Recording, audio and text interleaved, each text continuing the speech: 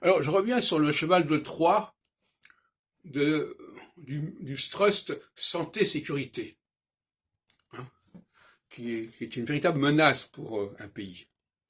Parce qu'au nom de la santé et de la sécurité, tout à l'heure je parlais de l'hôpital, qui est le lieu où les deux choses se réunissent, se rassemblent, puisque la sécurité, ça veut dire aussi les blessés, les malades, l'un et l'autre, les malades et les blessés, on les retrouve tous les deux dans le même hôpital, alors que les causes sont pas du tout les mêmes.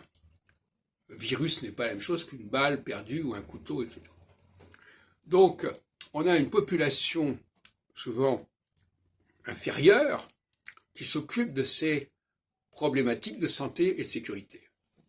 Ce sont des mercenaires qui n'ont pas une véritable relation avec le monde, avec la culture locale. On peut être chargé de la sécurité et très peu parler une langue. On peut être chargé de la santé et très peu parler une langue. C'est pour ça d'ailleurs qu'on a beaucoup d'immigration qui est acceptée dans tout ce domaine de la sécurité et de la santé. Donc, c'est un cheval de Troie. Je ne reviens pas à ce que je disais tout à l'heure dans une autre vidéo, mais quand on a des dangers de sécurité et de santé, il est évident que on a la partie inférieure de la société qui va se retrouver en première ligne.